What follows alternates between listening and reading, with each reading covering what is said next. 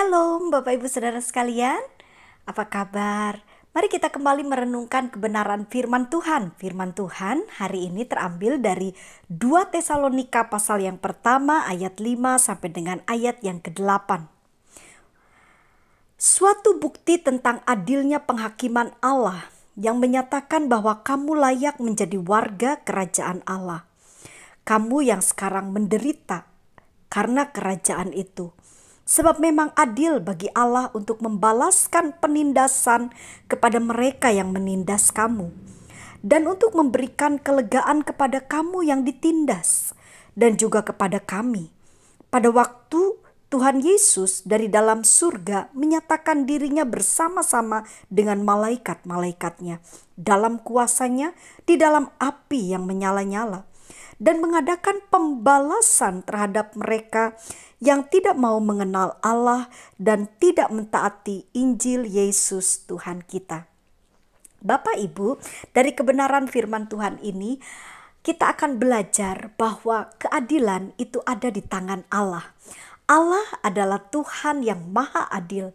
Kalau kita perhatikan dari kebenaran firman Tuhan ini, maka begitu jelas sekali menyatakan bahwa setiap saya dengan saudara yang merindukan masuk dalam kerajaan surga, satu tempat yang mulia yang disediakan Tuhan kepada mereka yang percaya kepadanya dan kepada mereka yang taat kepada Injil Yesus Tuhan kita. Nah, Bapak Ibu Saudara sekalian, pada waktu kita membaca ayat ini ada beberapa hal yang perlu kita sadari. Di dalam ayat ini jelas sekali dinyatakan bahwa setiap orang yang merindukan kerajaan Allah, yang merindukan menjadi ahli waris kerajaan surga, maka di dalam dunia ini kemungkinan ada satu saat mereka akan mengalami sebuah penderitaan. Setiap kita orang percaya, selama kita ada di dunia ini, hidup ini adalah sebuah pergumulan. Tetapi Tuhan katakan, meskipun demikian, maka adilah Tuhan bahwa di balik penderitaan kita, Tuhan sudah sediakan tempat yang mulia. Ada sesuatu pembelaan Tuhan yang luar biasa yang Tuhan akan nyatakan dalam hidup kita. Bapak Ibu Saudara sekalian, di ayat ini juga jelas sekali Tuhan katakan bahwa pada saat seseorang betul-betul hidupnya berkenan kepada Tuhan, kemungkinan besar juga dia tidak lepas dari sebuah penindasan. Dan ayat ini jelas sekali memberikan pengetahuan kepada kita bahwa Allah lah yang memberi pembalasan atas setiap penindasan, setiap aniaya, setiap apapun yang dialami oleh orang-orang percaya. Dan saya sangat yakin sekali Tuhan yang kita sembah benar-benar Allah yang adil.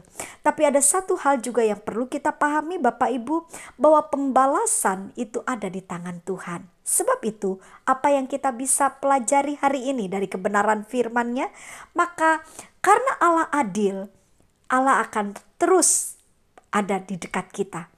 Dalam kondisi apapun, dalam penderitaan, parah, sesusah apapun, ataupun kita mungkin hidup di dalam keadaan yang betul-betul tertindas, firman Tuhan katakan Allah adalah pembela kita.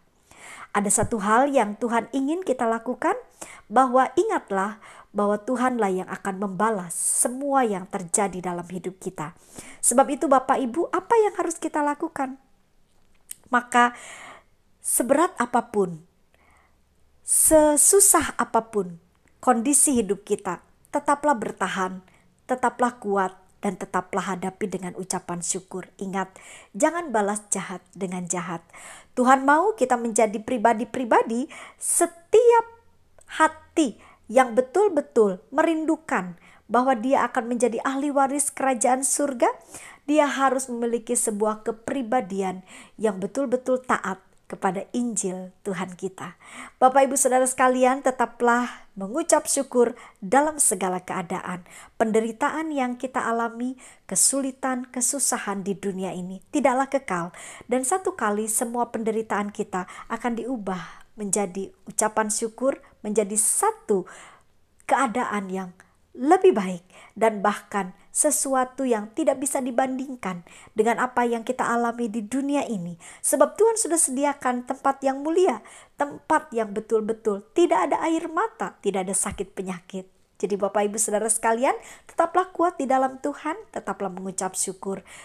Saya percaya Tuhan tidak akan pernah meninggalkan kita. Amin. Tuhan Yesus memberkati.